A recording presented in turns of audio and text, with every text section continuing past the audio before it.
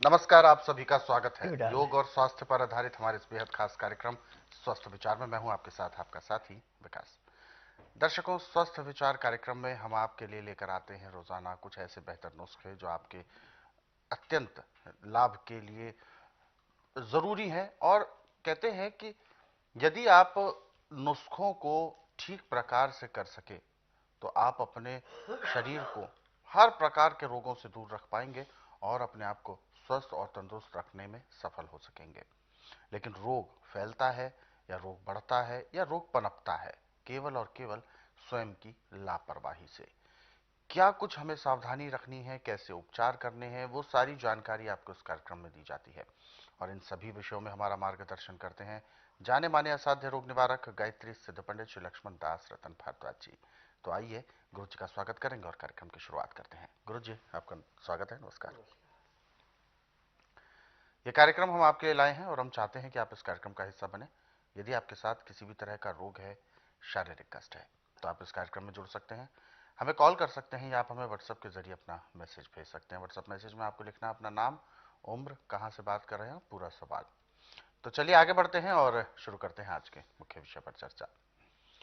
गुरु जी, आज के इस अंक में हम अ, एक ऐसे विषय पर बात करेंगे जिस पर हमने पहले भी बात की है, जैसे कि मूली। मूली के गुणों के बारे में आपने बहुत सटीक और बहुत अच्छी जानकारी दी है कि कैसे कैसे हम उसका प्रयोग कर सकते हैं, किस किस रोग को ठीक कर सकते हैं।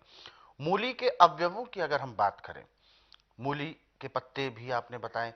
मैं आज जानना चाहूंगा मूली के बीज के बारे में, क्योंकि बीज एक ऐसी चीज है, क्या वो केवल मूली उगाने के काम आती है या उसके औषधि गुण भी होते हैं? देखिए, मूली जो है, इसके बीज औरतों का अमर सुहाग है अच्छा। और मर्द की मर्दानगी का मुख्य केंद्र है। हम्म। तकसीर में गर्म है। जी। जब किसी औरत के खान पान में लापरवाही होती है हम्म। तो उसका मासिक धर्म नहीं ठीक आता।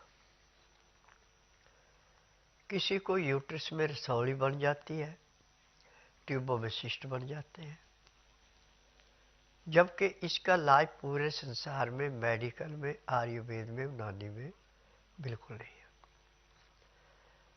परंतु स्वस्थ विचार में हर एक इलाज ऐसे है जैसे दूध में से मक्खी निकालना। जी। वाह, क्यूटनेस के चक्कर में तो आपने टाइगर पाल लिया। मक्खी निकालना। जी। जब औरत का मासिक धर्म ठीक नहीं आ रहा है, हम्म। पहले तो अपने पहनाव पे ध्यान दें। यदि कमर में प्लास्टिक का नाड़ा पहन रही है, अंडरवियर प्लास्टिक का है, तो नाड़े वाला करें। अब 5 ग्राम बीज सुबह, 5 ग्राम शाम को 1 गिलास पानी में उबाल करके, जब 1 गिलास का आधा गिलास रह जाए तो उसको छान करके पीना है। अब यदि उसकी ट्यूबों में सिस्ट है तो भी पिघल के निकल जाएंगे। यूट्रस में रसौली बढ़ना शुरू हुई तो वो भी समाप्त हो जाएगी। और मासिक धर्म ऐसे आएगा जैसे घनघोर गठा छाने पे और तेज बारिश आने पे नदी के किनारों का कूड़ा कचरा ऐसे साफ होता है कि उसमें नीला साफ पानी दिखाई पड़ता है। ऐसे अंदर से ट्यूबें और यूट्रस साफ होता है और उसको तकलीफ नहीं होती। जो मासिक धर्म में कमर में दर्द होता है, भयंकर पीड़ा सहन करनी पड़ती है, कुछ नहीं होगी। जैसे बाथरूम आता है ऐसे उसको मासिक धर्म आएगा। और जिन मर्दों को मर्दानगी अच्छा। नहीं है, नपुंसकता आ चुकी है, 5 ग्राम बीज हर रोज सुबह पीस करके 10 ग्राम मक्खन में मिला के आस्ता आस्ता उसको खाते जाएं। 15 ग्राम को खाने में आपने आधे घंटे का समय लगाना। उसके बाद आपने 1 गिलास गुनगुना गाय का या बकरी का दूध पीना है। 45 दिन का ब्रह्मचर्य का परहेज रखना है। अब आपकी नपुंसकता समाप्त हो गई। जब आप अपनी जीवन संगली के पास जाएंगे तो जो आपसे नफरत करती थी, फटकारे देती थी, वो प्यार करेंगे। और जब वो पूछे कि आज तक आपने ऐसा क्यों नहीं किया, तो संकोच न करें, उसको कहें कि देखिए, जवानी में जो मैंने गलतियां की थी उनकी सजा भुगती थी, अब उस सजा को मैं समाप्त करके फिर जवानी ला रहा हूं। ये मूली के बीजों में, गाय के दही के मक्खन में, गाय या बकरी के दूध के अंदर ये तीनों की ताकत है।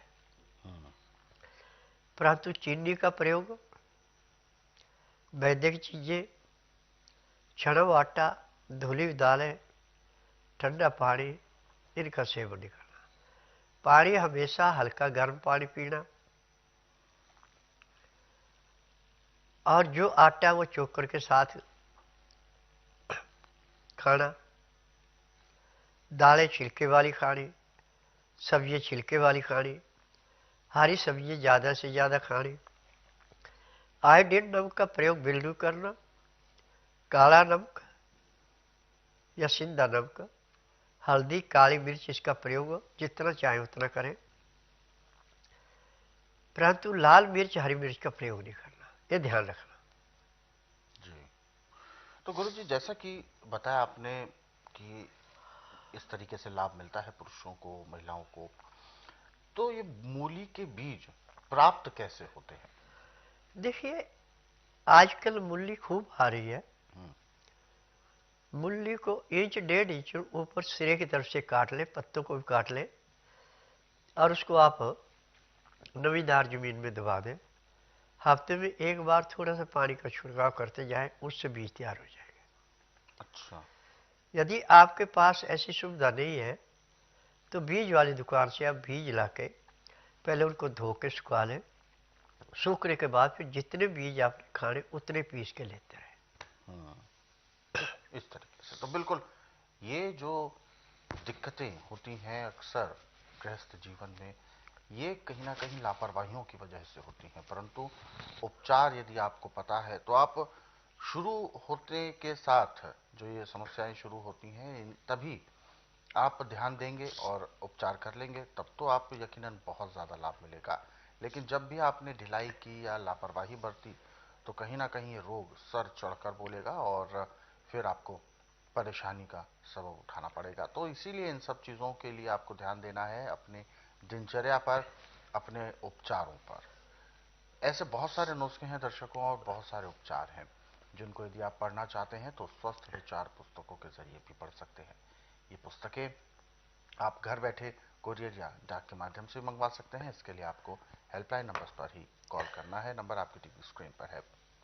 और यदि आप इस कार्यक्रम में अभी जुड़ना चाहते हैं तो बिल्कुल भी देर ना करें, हमें कॉल करें या आप हमें व्हाट्सएप के जरिए अपना मैसेज भेज सकते हैं। व्हाट्सएप मैसेज में आपको लिखना है अपना नाम, उम्र, कहाँ से बात कर रहे हैं और पूरा सवाल।